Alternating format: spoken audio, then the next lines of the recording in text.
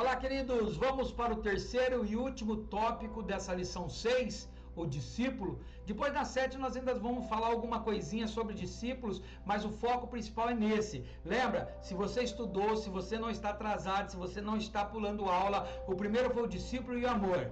É a primeira coisa. Sem amor não funciona nada. 1 Coríntios capítulo 13 vai dizer tudo sobre o amor ali, a importância dele. O amor vale mais do que tudo, por isso que nós começamos com ele. Não adianta eu dizer que eu amo a Deus se eu não amo quem eu estou vendo, e Deus eu não vejo. O segundo, nós vimos a importância da fé no discípulo. Muitas pessoas vão te seguir por ver tua fé. E agora hoje nós vamos falar da esperança cristã. Não adianta, se eu não tiver esperança de morar no céu, se eu não tiver esperança de uma nova pátria, você está no caminho errado, queridos. A força de Deus, a esperança nossa em Deus é que Jesus vai voltar e nós vamos morar num lugar melhor. Então vamos lá para essa lição de hoje? Também lição pequena, são lição pequenininha. Se você juntar todas, não vai dar 30 minutos, se der pouquinha coisa ali a mais, mas que vai te dar uma instrução, uma força. Lembra, a fé vem por ouvir e ouvir a palavra de Deus. Não é só orar, pedir a Deus, não. Tem que estudar a palavra. Então vamos lá? Lição 6, o discípulo. Terceiro tópico, o discípulo e a esperança cristã.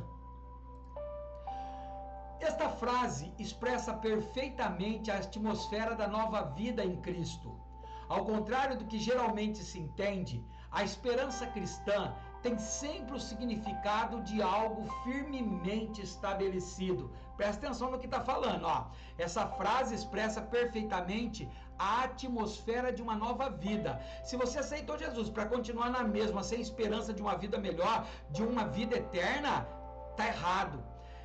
Ao contrário do que geralmente se entende, a esperança cristã tem sempre o significado de algo firmemente estabelecido. Não é algo que pode ser, que acha que vai ser, é algo construtivo. O fundamento, ele repousa sobre o próprio caráter de Deus. Olha o versículo. Para sempre, ó Senhor, a tua palavra permanece no céu. A tua fidelidade estende-se de geração em geração. Salmo 119, verso 89 e 90.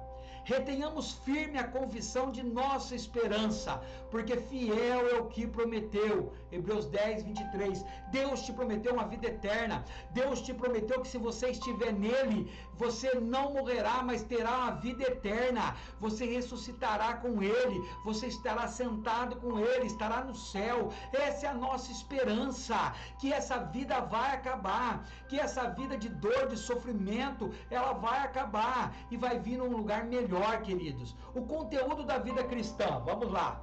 Olha o que diz em 1 Coríntios 13, 13. A fé, a esperança e o amor. Agora, pois, permaneçam a fé, a esperança e o amor. Prestou atenção que o discípulo que nós estamos estudando é justamente esses três itens.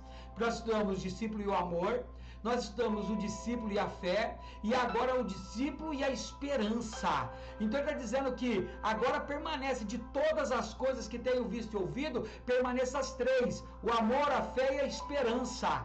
Isso para um discípulo de Deus. A esperança na vida do cristão, está faltando um do aqui, permite ao cristão considerar a morte de outro ponto de vista. Longe de ser um final trágico, a morte para o cristão torna-se um sono, em que ele fecha os olhos neste mundo para abri-lo na eternidade e contemplar a presença de Deus. Olha o que ele fala de Lázaro. Lázaro não está morto, mas dorme. João 11, 11. Ou seja, a esperança do cristão, eu sei que é dolorido, eu sei, queridos, que a morte é uma das coisas mais trágicas que existe na nossa vida. Esse despedir de uma pessoa que você ama demais. Mas a esperança do cristão não pode ser de fim, que essa morte gera morte para nós também. A esperança é de que ele foi para um lugar melhor, a esperança é que ele está no lugar melhor e agora sim ele tem uma vida eterna com Cristo. Por isso que é difícil o luto, mas o luto tem que ser encarado, quando você é cristão, o luto tem que ser encarado como vitória. Você venceu e agora você tem a vida eterna. Por isso a nossa esperança é que nós ganhamos para Cristo, que o Espírito Santo nos ajude a ganhar os nossos filhos, filhas, pais, mães, amigos, irmãos, quem a gente ama. Porque a esperança é que a hora que findar a luz neste mundo, estaremos num lugar eterno, o céu. O céu é a plenitude da esperança cristã. A palavra céu descreve o desfrutar constante da presença de Deus e a completa libertação do pecado.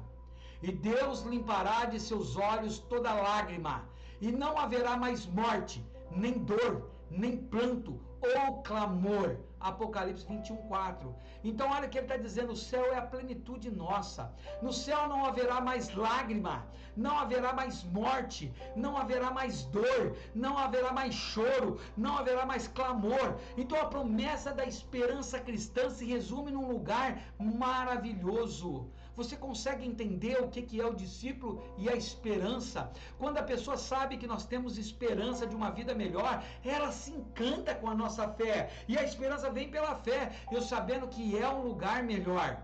A transição para os cristãos é o evento da segunda volta de Cristo.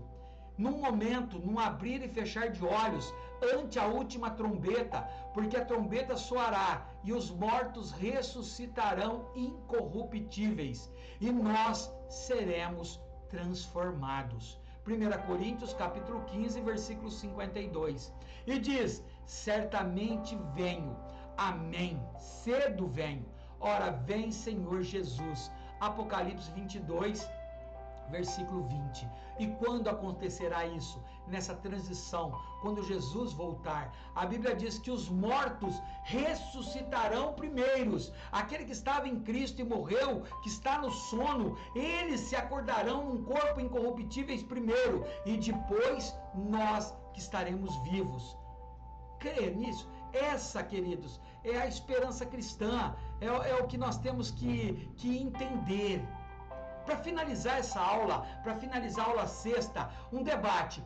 Qual é a verdadeira igreja? Efésios 5, versículo 24 a 29 diz assim, ó: assim como a igreja está sujeita a Cristo, também as mulheres estejam todas sujeitas aos seus maridos.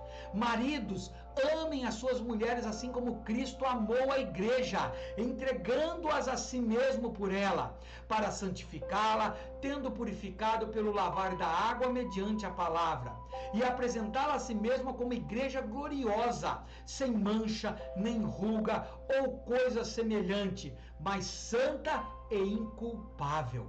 Da mesma forma, os maridos devem amar as suas mulheres como a seus próprios corpos. Quem ama a sua mulher, ama a si mesmo. Além do mais, ninguém jamais odiou o seu próprio corpo. Antes o alimenta e dele cuida, como também Cristo faz com a igreja. Esse texto, queridos, pode parecer meio fora de contexto, mas é que Deus está ensinando como a igreja verdadeira. A igreja verdadeira, nós temos que apresentar a igreja verdadeira santificado, purificado, lavado mediante a palavra. Apresentá-la como igreja gloriosa, sem mancha, sem mácula, sem coisa semelhante, mas santa e inculpável. Jesus diz que os maridos têm que amar sua mulher como Cristo amou a igreja e entregou-se a ela. Então essa é a verdadeira igreja. Eu gostaria que você que está comigo até agora, que concluiu essa sexta lição com êxito, que você colocasse nos comentários aí qual é a verdadeira igreja para você. Você pode até pesquisar, não tem importância. O que você acha da verdadeira igreja? Consegue fazer esse encerramento para mim? Para a gente encerrar com chave de ouro a sexta lição e partir para a sétima? Eu preciso muito de você nisso, muito, que você me ajude, que você dialogue comigo nisso daí. Então, debate, estude de novo, revisa. Você viu, são aulas de 10 minutos, um pouquinho mais, essa está dando 10 minutos agora, então estude ela. Discípulo, você é um discípulo de Cristo, você foi chamado para ser discípulo de Cristo, ninguém foi chamado para não seguir Cristo. Por isso que ele diz, sejam meus imitadores como eu sou. Paulo diz, sejam meus imitadores como eu sou de Cristo. Jesus diz, sejam meus imitadores, sigam-me, negue a si mesmo, pegue a sua cruz e me siga e me acompanhe. Queridos, Deus é maravilhoso, é verdadeiro, é forte, é poderoso. Creia no poder de Deus na sua palavra e Deus mudará a sua história. Espero que vocês tenham aprendido essa sexta lição. Coloque nos comentários para mim. Não esqueça de dar o joinha, de se inscrever, de mandar para grupo de igreja. Mande para quem diz que quer aprender a palavra de Deus aí. Eu sei que Deus fará um grande trabalho. Obrigado por você aqui comigo. Deus te abençoe. Obrigado pelas palavras de incentivo que vocês têm colocado nos comentários. Que Deus te retribua muito mais. Fiquem todos com Deus e até a próxima aula.